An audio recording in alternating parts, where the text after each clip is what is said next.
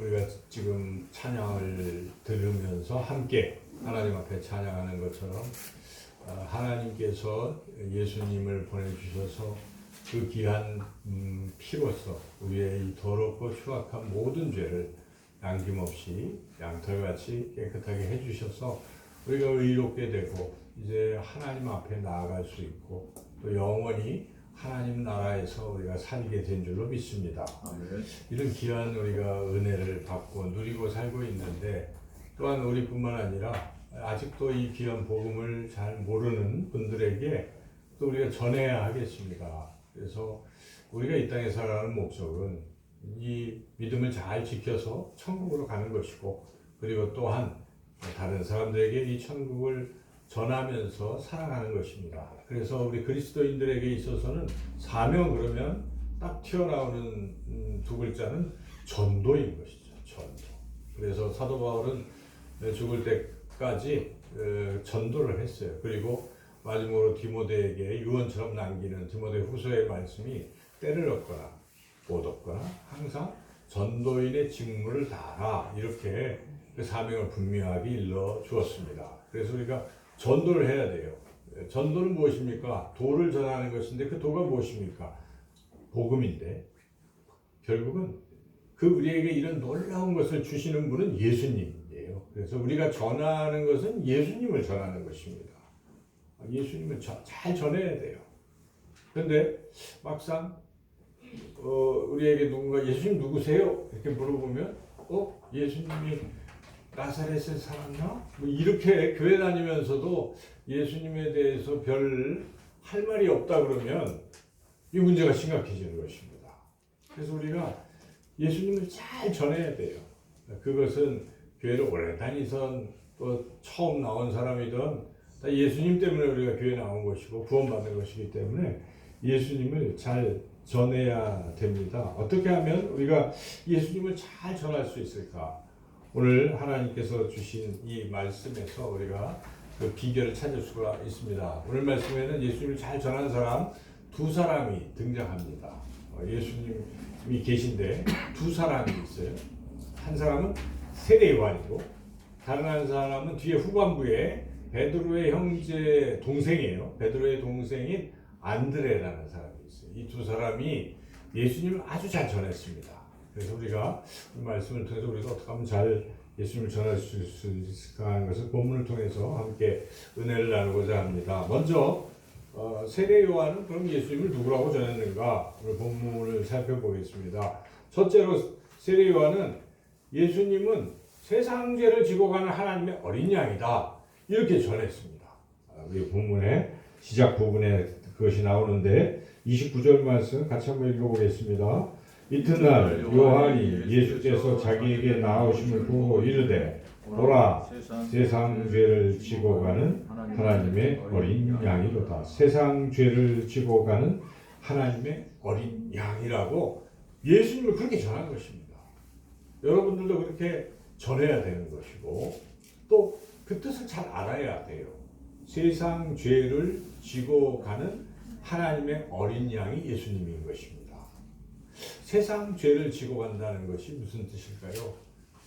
세상의 모든 사람의 죄를 예수님이 짊어지고 가신다 하는 것입니다. 이것은 이미 예수님이 오시기 700여 년 혹은 800여 년 전에 선지자 이사야를 통해서 하나님께서 주신 약속의 말씀입니다. 그래서 우리가 그 유명한 말씀이 이사야 53장에 나오는데 그런 실로 우리의 질고를 지고 우리의 슬픔을 당하였거늘 우리는 생각하기를 그는 질병을 받아 하나님께 맞으며 고난을 당한다 하였노라. 그가 찔림은 우리의 허물 때문이요 그가 상함은 우리의 죄악 때문이라. 그가 징계를 받음으로 우리는 평화를 누리고 그가 채찍에 맞음으로 우리는 나음을 받았도다. 우리는 다 양 같아서 그릇 행하여 각기 제 길로 갔거늘 여호와께서는 우리 모두의 죄악을 그에게 담당시키셨도다. 우리 모두의 죄악을 그에게 담당시키셨도다. 바로 그분이 예수님이신 것입니다. 그분이 오신 것입니다. 그래서 예수님은 우리 모두의 죄를 다 짊어지시고 세상 죄를 짊어지시고 가시는 분이시다 하는 것인데 왜 또 그러면 하나님의 어린 양이라고 했을까요? 그 어린 양에는 의미가 또 있습니다. 여러분이 출애굽기를 읽어보면은 이 이스라엘 백성들이 장자들이 다 전멸하게 된 순간에 다 살아났어요. 구원받았어요. 그래서 하나님께서 그 애굽 전 지역에 처음 난 거는 다 재앙을 내렸습니다. 그게 이제 10가지 재앙의 마지막 장자가 죽는 재앙이었는데 10번째 재앙인데 장자들이 다 죽게 되었습니다. 그런데 하나님께서는 이스라엘 백성을 사랑하시기 때문에 살릴 방법을 알려주셨어요. 그것은 어린 양의 피를, 어린 양을 잡아서 그 피를 문설주에 바르면 그냥 지나간다는 것입니다. 유월한다는 것, 패스오버 하는 것이죠. 그래서 그것 때문에 그 이스라엘 백성들은 유월절에 어린 양의 피로서 살아난 것입니다. 바로 우리 예수님은 유월절의 어린 양이시라는 것입니다. 예수님이 십자가에 돌아가신 때가 바로 유월절입니다. 그래서 그때 유월절 그 식사들을 막 하고 그랬잖아요. 그 유월절 마지막 식사의 자리에 예수님이 제자들과 마지막 식사를 하시면서 분명히 말씀하시는 것입니다. 내가 유월절에 어린 양이다. 이 떡과 이 포도주가 바로 나의 살과 피인데 이 피는 곧 새 언약의 피라. 받으라 마시라 라고 말씀하신 것이죠. 그래서 예수님이 바로 유월절에 어린 양으로 그 피 흘리심으로써 우리 죄를 없애시고 살려주셨다는 것입니다. 그래서 오늘 이 세례 요한이 전한 것, 예수님은 세상 죄를 지고 가는 하나님의 어린 양이라는 것을 여러분들이 확실히 이해하고 믿으시고 누구에게도 이것을 우리가 분명히 담대하게 전할 수 있어야 됩니다. 두 번째로 세례 요한이 전한 예수님에 대한 것은 무엇입니까? 마지막 34절에 나오는데 한번 같이 읽어보겠습니다. 내가 보고 그가 하나님의 아들이심을 증언하였노라 하니라. 세례 요한이 지금 쭉 얘기하면서 마지막에 한 얘기가 무엇입니까? 예수님은 하나님의 아들이시다는 것입니다. 여러분 이것을 믿어야 되는 거예요. 예수님은 하나님의 아들이시다. 근데 믿기가 쉽습니까? 지금 사람이 있는데 보니까 나이 30대 정도 되는 초라한 나사렛의 촌동네에서 온 이 사람이 하나님이라니, 하나님의 아들이라니 그 말을 누가 믿겠어요? 당시의 종교 지도자들, 바리새인 모든 사람들은 그 말 했다고 예수님이 자칭 하나님이라고 얘기했다고, 하나님의 아들이라고 얘기했다고 신성모독으로 걸어서 십자가에 쳐야 하는 것입니다. 그런데 우리는 과연 예수님이 하나님의 아들이시다 하는 것을 믿을 수 있겠습니까? 예수님이 하나님의 아들이십니다 하는 것을. 그래서 세례요한도 그들이 믿지 않을 게 짐작이 되기 때문에 두 가지를 가지고 증명한 거예요, 오늘 말씀에. 그래서 첫째는 여기에 30절 나오죠. 30절 읽어보겠습니다. 내가 전에 말하기를 내 뒤에 오는 사람이 있는데 나보다 앞선 것은 그가 나보다 먼저 계심이라 한 것이 이 사람을 가리킴이라. 이게 무슨 뜻입니까? 세례 요한이 예수님보다 나이가 많아요. 뭐 아주 많은 건 아니고 6달 먼저 났어요. 그것은 누가복음이나 이런 걸 보면은 친척이거든요. 예수님의 육신의 어머니 마리아와 또 세례 요한의 어머니가 서로 친척인데 이종간. 그런데 그러니까 언니 동생 하는 거죠. 그런데 먼저 이 세례 요한을 낳았어요. 그러고 나서 찾아왔습니다. 마리아가 임신한 상태에서 그때 뭐 이렇게 서로 이야기하면서 그 차이가 있다는 6개월. 그래서 분명히 세례 요한이 먼저 태어난 것이 사실이에요.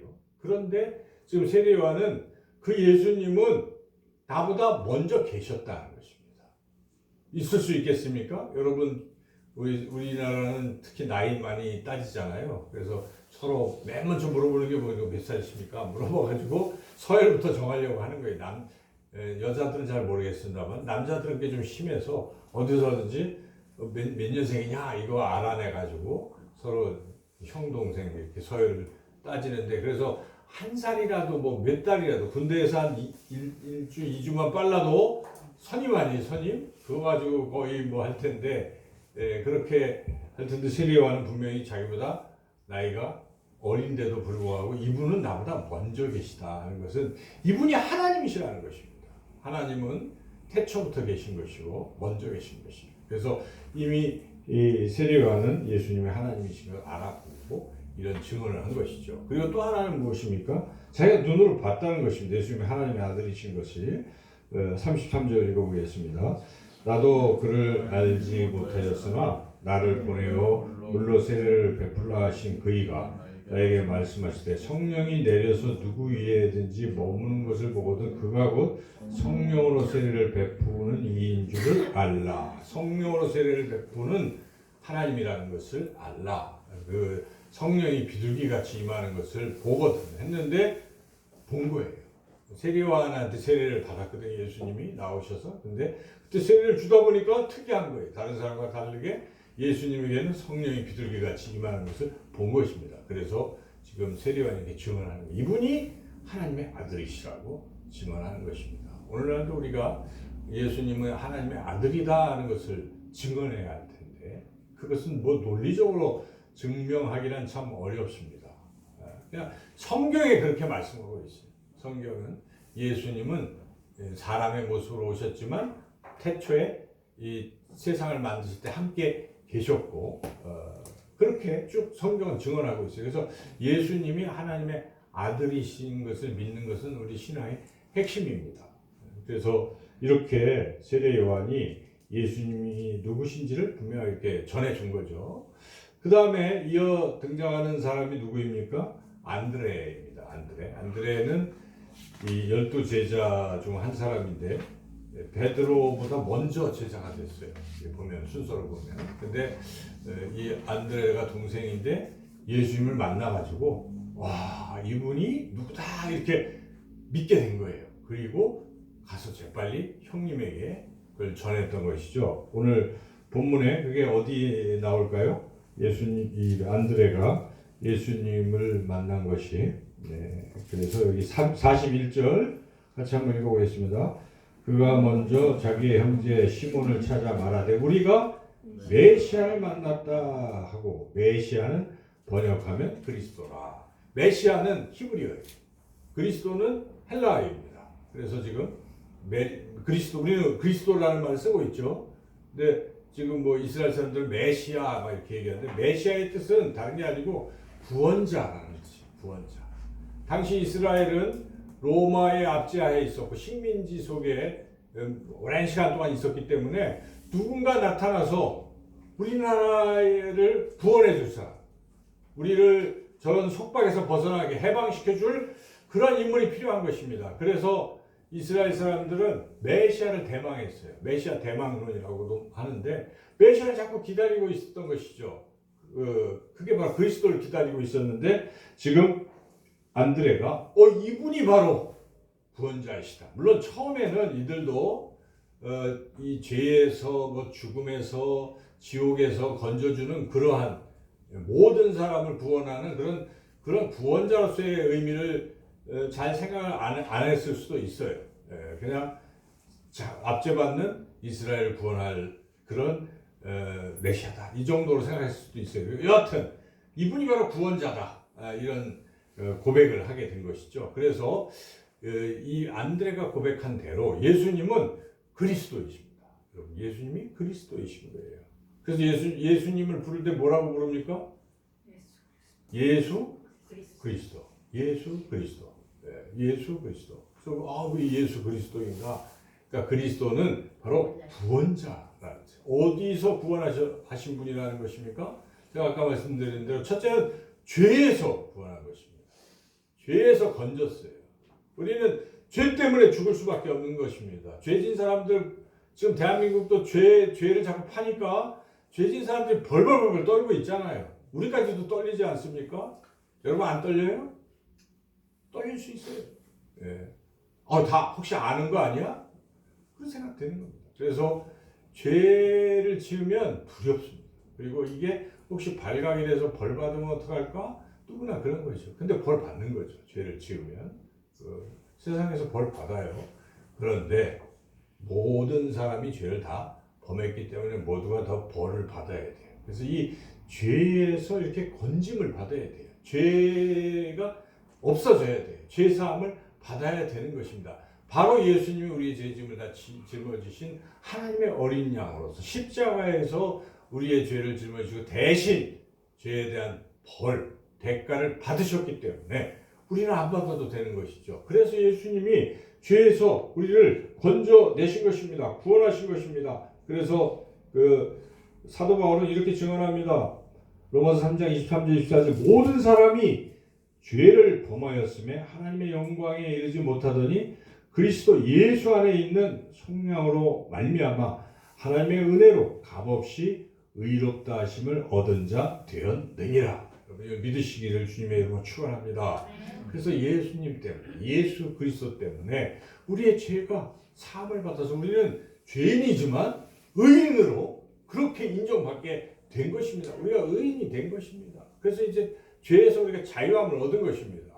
이것이 구원인 것이죠. 그런데 죄는 시작이에요. 죄에서의 자유함은. 그 다음에 무엇입니까? 죽음에서 우리가 건짐받는 것입니다. 사람이 제일 두려워하는 게 죽음 아닙니까, 여러분? 이렇게 살다가 갑자기 죽으면 어떡하지? 난 나이가 많이 들어가는데 죽을 날이 가까워오고 또 멀쩡한 것 같아도 갑작스럽게 죽는 또 이런 것들을 바라보면 죽음이 먼 게 아니고 가깝구나 이런 생각하고 우리가 살지 않습니까? 가다가 참 안타까운 참사, 이태원 참사 이야기를 우리가 계속 하고 있지만 얼마나 안타깝습니까? 그렇잖아요. 갑자기 그들이 알았습니까? 갑작스러운 이러한 사고를 우리는 만나고 죽음이라는 것이 결코 먼 것이 아닙니다. 누구나 한번 사람은 태어나서 반드시 때가 되면 죽는다 하는 것입니다. 순서는 정해진 것이 아닌 것이죠. 누구나 죽어요. 근데 죽는 육신의 죽음 그 자체가 끝나는 게 아니라 더 심각한 게 있다는 것입니다. 그것은 영혼의 죽음이요 또 하나님과의 이 분리를 말해요. 그러니까 죽음을 이 성경에서 말하는 것은 하나님과 떨어지는 것을 죽음이라고 하는 것입니다. 근데 하나님과 떨어지면 뭐 좋은가 나쁜가 별 판단이 안 선다고 할 수도 있겠지만 굉장히 안 되는 것이죠. 하나님과 떨어지면 저쪽에는 누가 있습니까? 마귀가 있는 거예요. 사탄. 그래서 사탄의 자녀가 됩니다. 성경 분명 하나님의 자녀 아니면 사탄의 자녀로 딱 나뉘어 있어요. 회색은 없어요. 성경은. 그래서 사탄의 자녀로 가면 사탄과 운명을 같이 하는데 사탄의 운명이 어떻게 되는지를 성경은 또 분명히 말하고 있죠. 네. 그래서 우리가 하나님 편에 들어가 있어야 돼요. 그래야 영원한 생명을 얻는 것이죠. 그래서 하나님과 떨어지면 죽음, 그것은 영원한 죽음을 말하는 것이고 하나님과 같이 있는 것은 영원한 생명을 얻는 것입니다. 그래서 하나님은 영원한 존재이시기 때문에 하나님 안에 거하는 사람은 다 영원히 사는 것입니다. 죽음이 아니라. 그래서 영생을 우리에게 주신다고 말씀하십니다. 이어지는 로마서 6장 23절 죄의 삭은 사망이요 하나님의 은사는 그리스도 예수 우리 주 안에 있는 영생이니라.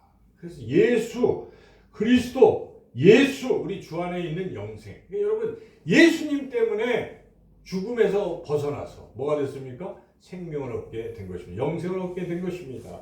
그래서 나는 부활이요 생명이 나로 말미암지 않고는 아버지께로 올 자가 없느니라. 나를 믿는 자는 죽어도 살겠고 살아서 나를 믿는 자는 영원히 살리라. 이런 주님이 하신 말씀입니다. 그래서 우리는 벌벌 떨고 두려워하는 이 죽음에서 구원받는다는 것입니다.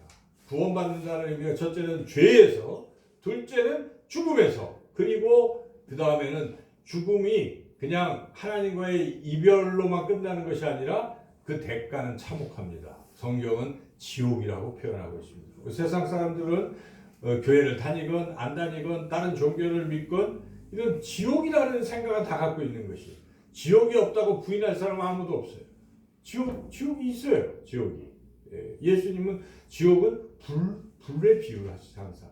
그래서 불과 유황 불못이라고 성경에 갖고 있으면 그렇게 표현하고 있는 것이죠.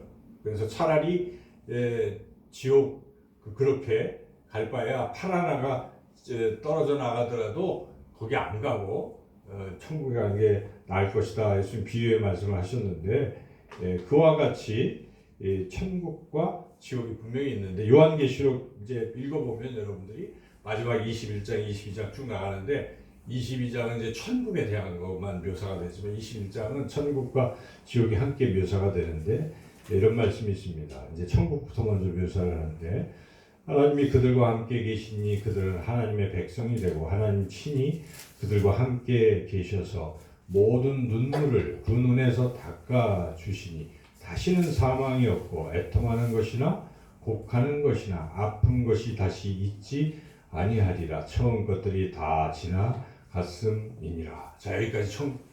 그래서 여러분 천국에 가면 뭡니까? 하나님 말씀하시기를 눈물이 없어요. 고통도 없어요. 더 이상 아픔도 없고 괴로움도 없습니다. 거기는 늘 하나님과 함께 평안하고 기쁘고 즐겁게 행복하게 영원히 살 수 있는 것이 천국이라 하는 것입니다. 누가 그렇게 갈 수 있습니까? 바로 예수님을 믿음으로 우리가 영생을 얻고 천국에 가는 것이다 하는 것이 성경이 말씀하고 있는 것입니다. 여러분 엘리베이터에 써 있잖아요. 하나님이 세상을 이토록 사랑하사 그토록 사랑하사 누구든지 그를 믿는 자는 멸망하지 않고 영생을 얻을 것임이라. 말씀 있잖아요. 그래서 우리가 예수님을 믿음으로 멸망하지 않고 영생을 얻고 천국을 소유하게 된다 하는 것입니다. 그러나 믿지 않는 자들은 천국에 갈 수 없고 영원한 지옥에 갈 것이라고 요한계시록 21장 6절부터 말씀하고 있습니다. 나는 알파와 오메가요 처음과 마지막이라. 예수님이시거든요. 내가 생명수 샘물을 목마른 자에게 값없이 주리니 이기는 자는 이것들을 상속으로 받으리라. 나는 그의 하나님이 되고 그는 나의 아들이 되리라. 그러나 두려워하는 자들과 믿지 아니하는 자들과 흉악한 자들과 살인자들과 음행하는 자들과 점술가들과 우상 숭배자들과 거짓말하는 모든 자들은 불과 유황으로 타는 못에 던져지리니 이것이 둘째 사망이라. 이렇게 요한계시록의 거의 마지막 부분은 우리에게 분명히 말씀하고 있는 것이죠. 믿지 아니하는 자를 우리가 주목할 필요가 있어요. 그래서 예수님을 믿지 아니하는 자는 이러한 불과 유황 불못으로 간다라고 성경은 우리에게 말씀하고 있습니다. 그래서 우리 예수 그리스도 때문에 우리가 죄에서, 죽음에서, 지옥에서 건진받고 구원받고 우리가 의롭게 되고 영원한 생명을 얻고 하나님 나라에서 영원히 살게 될 줄로 믿습니다. 여러분 이것을 우리가 믿는 것이에요. 교회를 왜 나옵니까? 교회를 왜 나오십니까? 이것 때문에 나오는 것입니다. 그럼 다 된 거 아니에요? 이게 제일 중요한 거 아니겠습니까? 우리 인생에? 죄 문제가 해결되고 죽음의 문제가 해결되고 영원히 하나님 나라에서 살 수 있는데 이처럼 귀한 선물을 하나님 우리에게 주신다고 하시는데 이게 복음이에요. 여러분 이거를 확신하시고 누구에게든지 담대하게 전할 필요가 있어요. 바로 예수님 때문에 우리가 이렇게 됐습니다라고 전해야 되는 거죠. 예수님은 그리스도십니다 라고 안드레가 메시아야 라고 전했을 때는 이런 의미를 전했던 것이죠. 그래서 이와 같이 세례 요한과 예수님은 안드레는 예수님을 잘 전했다 하는 것이죠. 그러면 좀 더 구체적으로 전하는 과정의 그 상황들을 좀 더 자세히 살펴보면서 우리도 그런 점을 좀 배워야 되겠어요. 첫째, 예수님을 잘 전하려면 세례 요한처럼 우선 예수님에 대한 말씀을 잘 배우고 또 배워야 되는 거죠. 세례 요한이 원래 제사장으로 살 수 있었어요. 아버지가 제사장이기 때문에, 사가랴가 제사장이기 때문에 우리가 지금 민수기 읽고 있지만은 이렇게 보면은 제사장들은 아들도 제사장이에요. 손자도 제사장이에요. 한 번 제사장은 영원한 제사장이에요. 그냥 그 가문은 다 제사장이에요. 근데 제사장은 사회적인 신망이 높고 이 이스라엘 사회에서는 존경받고 물질도 또 뭐 부족함 없이 살 수 있잖아요. 세례 요한은 그렇게 살아도 돼요. 그런데 세례 요한이 어떻게 사신지 아십니까? 세례 요한은 그냥 낙타 털어 딱 한 벌 입고 그리고 먹는 것도 메뚜기, 뭐 꿀, 석청 이런 들에 있는 그냥 쥐엄 열매가 그런 겁니다. 그러니까 아주 가난하게 비난하게 광야에서 계속 외치기만 하고 막 회개하라 이렇게 외치니까 사람들이 뭐 듣는 사람도 있지만 욕하는 사람도 있고 미쳤나 이런 사람도 있고 그냥 그렇게 사는 것이죠. 그냥 편안하게 제사장으로서 이렇게 쫙 해도 될 세례요한이 그렇게 안 했다는 것입니다. 그렇게 안 했어요. 왜 그런 줄 아십니까? 물론 하나님으로부터 부르심을 받아서 그렇게 된 것인데 그러면서도 그는 끊임없이 광야에서 뭘 했냐면 말씀을 연구했습니다. 그래서 그가 이사야서 또 뭐 말라기서 이런 구약 말씀을 연구를 쭉 한 거예요. 거기에 보니까 나를 하나님 부르셨는데 바로 내가 이런 사명을 가졌구나 하는 것을 다시 한번 구체적으로 깨닫게 된 것인데 이런 말씀입니다. 말라기 구약의 마지막 3장 1절에 만군의 여호와가 이르노라 보라 내가 내 사자를 보내리니 그가 내 앞에서 길을 준비할 것이요 또 너희가 구하는 바 주가 갑자기 그의 성전에 임하시니 곧 너희가 사모하는 바 언약의 사자가 임하실 것이다. 이것은 바로 예수님이 오실 그 앞을 예비하는 사람을 구약에서 예언한 것인데 이 말씀을 읽던 이 세례 요한이 바로 내가 이런 사명을 가졌구나 하는 걸 자각하게 된 것이죠. 또 이사야서 10장 3절에도 비슷합니다. 외치는 자의 소리여 이르되 너희는 광야에서 여호와의 길을 예비하라 사막에서 우리 하나님의 대로를 평탄하게 하라. 그래서 주님이 오실 길을 준비하는 이런 역할을 자기가 해야 되겠다 하는 사명을 가진 겁니다. 세례요한이 어떻게 그렇게 됐습니까?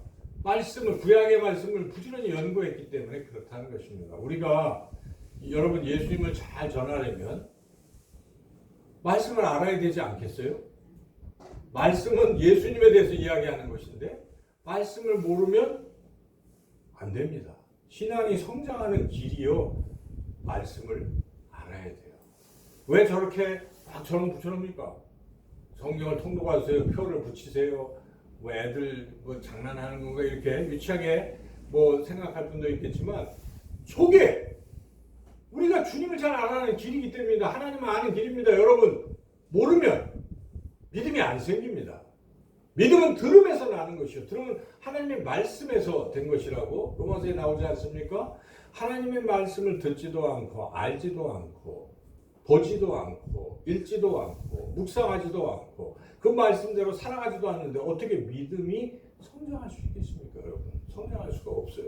어떻게 예수님을 전할 수가 있겠습니까? 그래서 우리가 하나님의 말씀을 세례요한처럼 잘 이해하고 또 기억하고 또 한 가지 세례요한의 특징은 이 말씀이 이루어지기를 굉장히 기대했다는 것입니다. 그래서 내가 이렇게 주의 길을 예배하는 데가 주님이 누구실까? 끊임없이 생각했겠죠. 주님은 나타난다고 하셨으니까. 그러다가 드디어 세례를 주는데 비둘기같이 임하는 것을 보면 이분이시구나. 드디어 깨달은 것입니다. 이분이 바로 하나님의 아들이십니다. 구약에서 예언하신 이분이십니다 하고 그가 증언하게 된 것 아니겠습니까? 그런 일들이 일어난 것은 세례요한이 분명히 하나님 말씀을 연구하고 또 약속대로 이루어질 것을 소망하고 기대했다는 것입니다. 여러분 그렇습니까?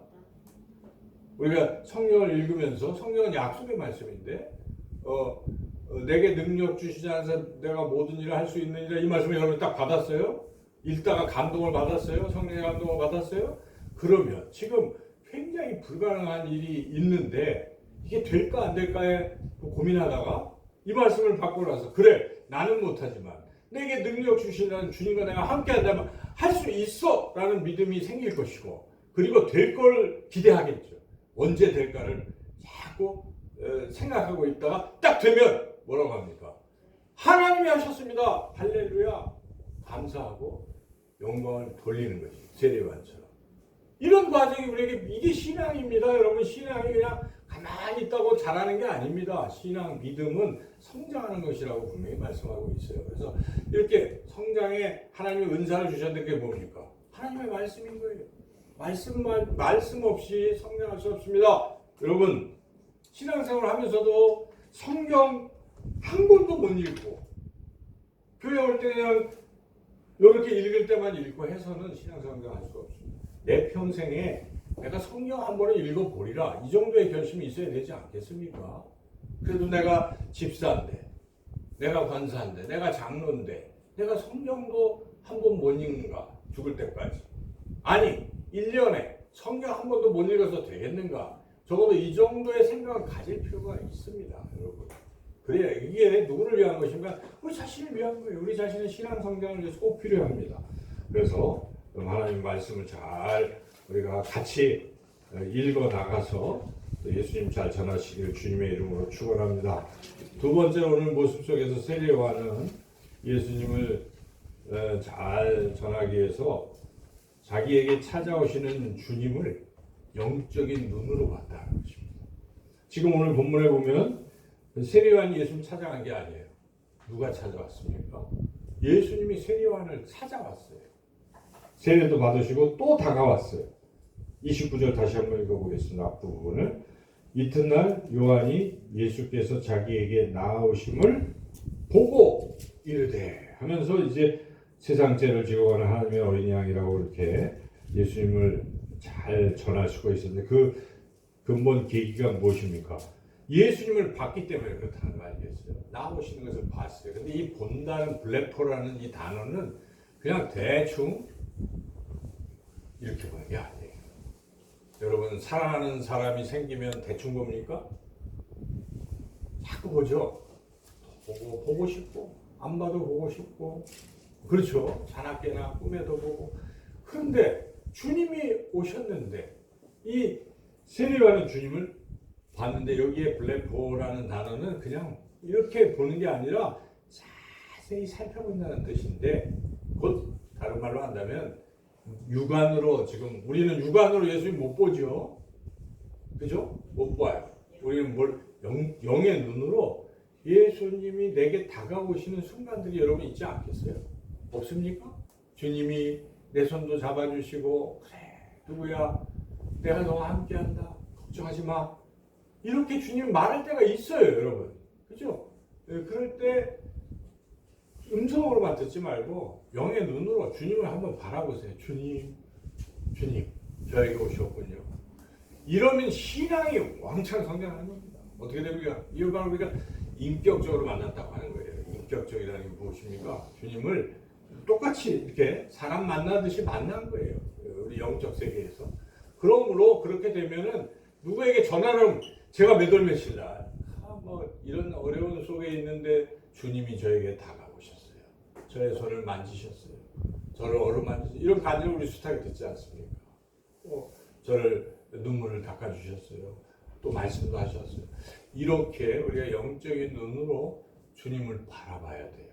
안 보면 못 봐요. 그러니까 자꾸 보고 싶어 하고 사모하고 이제 이렇게 할 때 주님을 잘 전할 수 있는 것은 너무나 당연하지 않겠습니까? 또 세례 요한은 주님을 어떻게 해서 잘 전했냐면 주님이 행하시는 일들을 잘 살펴봤다는 것입니다. 오늘 본문에 35절 말씀 같이 한번 읽어보겠습니다. 35절 읽겠습니다. 시작. 또 이튿날 요한이 자기 제자 중 두 사람과 함께 섰다가 36절 예수께서 건의심을 보고 말하되 보라 하나님의 어린 양이다. 또 얘기하네요. 그죠? 뭐 했어요? 예수님의 건의심을 봤다는 것이죠. 건의심이라는 이 단어는 이 원뜻은 두루 돌아다닌다는 뜻입니다. 여기저기 돌아다닌다는 거예요. 그러니까 그냥 한 번 일회적으로 본 게 아니고 예수님이 막 다니는 걸 본 거예요. 예수님 뭐 하시는 거예요? 예수님은 두루 다니신다고 성경에 표현했는데, 두루 여기 짧은 순간이라기보다 그동안 쭉 하신 일을 본 거예요. 하신 역사를 본 것입니다. 예수님이 저기 가서 병도 고치시고, 저기 가서 또 무슨 기적도 베푸시고, 또 산상수훈 설교 말씀도 하시고 하는 것을, 역사를 봤어요. 그랬더니 많은 사람들이 믿게 되고 기적이 일어나고 막 이런 하나님 나라를 막 사모하게 되고 하는 이런 역사를 본 겁니다. 보니까 그분이 그 일을 하셨다고 증언할 수밖에 없지 않겠습니까? 예수님을 증언하는 것은 우리 삶 속에서 첫째는 내 인생 속에서 역사하시는 주님, 이것을 경험한 사람들은 그냥 그걸 간증이라고 하는 것입니다. 우리가 전하잖아요. 얼마나 전합니까? 또 더 나아가서 우리가 뉴스를 볼 때도, 역사를 이렇게 바라볼 때도 하나님이 하고 계시네, 주님의 손길이 있어서 지금 러시아가 패퇴하고 우크라이나가 이길 것 같아? 주님이 하셨습니다. 여러분, 우리가 그렇게 되지 않겠어요? 자, 이렇게 우리가 이 세상사에 그냥 재미나는 뉴스나 보고 드라마나 보고 막 그 흥미에 빠져서 인생 살 것이 아니라 하나님이 뭘 하시는지, 하나님이 어떻게 일하시는지를 우리가 영적인 눈으로 깊이 생각하고 바라보는 사람에게 주님은 정말 대단한 분이시고 그 주님을 누구에게나 막 전하고 싶어서 그렇게 될 것입니다. 그래서 우리가 우리 삶 가운데 주님이 펼치시는 역사를 이렇게 잘 바라보시기를 축원합니다. 마지막으로 이제 안드레에게서 우리가 배울 수 있는 교훈은 아주 중요한 것인데, 안드레는 주님과 깊이 교제했다는 것입니다. 그래서 예수님 잘 할 수가 있었어요. 자, 오늘 본문에 39절 같이 한번 읽어보겠습니다. 39절, 39절, 예, 39절 읽어보겠습니다. 예, 읽어볼까요? 예수께서 이르시되 와서 보라. 그러므로 그들이 가서 계신 데를 보고 그날 함께 거하니 때가 10시쯤 되었더라. 지금 안드레와 다른 한 제자는 뭐 요한이라고 하는 사람도 있어요. 세례요한이 아니라 사도 요한이라고 하기도 하는데 그런 알려지지 않았는데, 어쨌든 좀 두 제자가 원래 세례요한의 제자였어요. 그런데 세례요한이 예수님이 하는 일을 이렇게 쭉 같이 보다가 가라, 저분을 따라가라, 이렇게 제자를 보내줬어요. 그랬더니 두 사람이 갔다가, 그랬더니 왜 왔냐 이제 주님 물어보시겠죠. 뭐 주님이 질문을 먼저 하십니다. 뭘 구하느냐? 38절에 무엇을 구하느냐? 따라오니까 뭘 구하느냐? 이 구한다는 것은 뭘 구하냐 뜻은 그런 뜻이에요. 무슨 목적으로 왔느냐? 이 인생의 목적이 뭐냐? 나를 따르는 목적이 뭐고 인생의 목적이 무엇이냐? 이 질문이죠. 여러분, 이 질문을 받으셔야 돼요. 여러분 인생 가운데서도 왜 교회에 왔는가? 내가 왜 주님을 따라가고 있는 것인가? 더 여기는 참된 제자교회라고 요즘 더 따라오라고 하는데 왜 따라가는 것인가? 따라가면 돈을 많이 벌게 해준다고 하시는 건가? 내 아픈 질병에 고침을 받는 것인가? 물론 그럴 수 있죠. 근데 그게 궁극적 목적은 아닐 것입니다. 그렇죠. 왜 내가 주님을 따라가는 것인가? 따라가는 목적. 그걸 물어보신 거예요, 주님이. 그래서 대답을 해야 되는데, 이 안드레와 이 사람들은 대답을 못했어요. 그리고 그냥 다시 딴 질문을 해버리죠. 라비여 어디 계시오니까 이렇게 그냥 대답을 안 하고 어디 계세요? 이렇게. 근데 이것은 무슨 뜻이에요?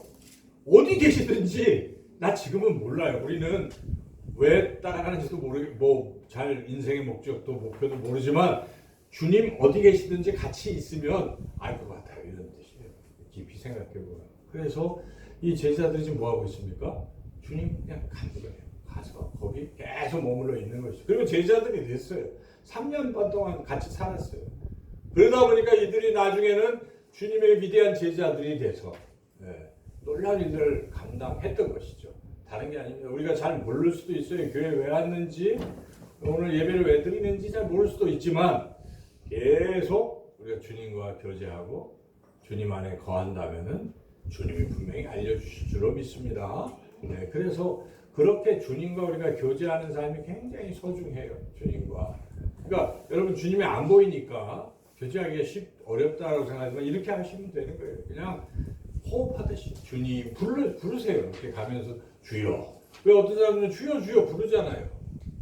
그렇죠. 주여 주여. 그러니까 그 주여가 예수님이에요.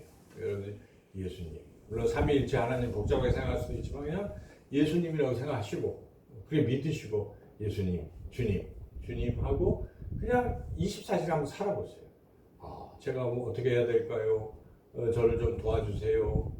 저를 지켜주세요. 이렇게 하면서 사는 거예요, 하루를. 그게 주님과 함께 사는 것입니다. 주님과 교제하는 거예요. 이 삶을 살면 주님을 증거하지 않을 수가 없잖아요. 어제 만났는데요. 어제 주님과 하루 종일 있었어요. 전도가 될 거예요. 근데 일주일 내내 주님의 숫자도 생각을 안 하고 다른 숫자만 생각한다면 어떤 일이 벌어지겠어요? 주님을 증거하라 그러면 전할 게 없어요. 뭘 전해야 되죠?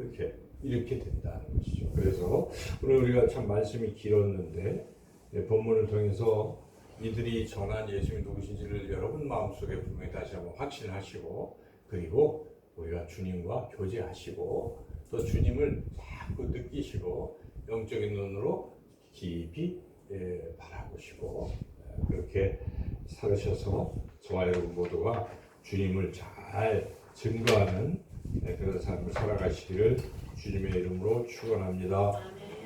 하나님 감사합니다. 구원하신 예수님과 한 주간도 깊이 있게 동행하며 교제하는 가운데에 또 주님의 사랑을 느끼고 주님을 온 세상에 전파하는 우리 모두가 되게 해 주시길 간절히 원하옵고 예수님의 이름으로 기도드리옵나이다.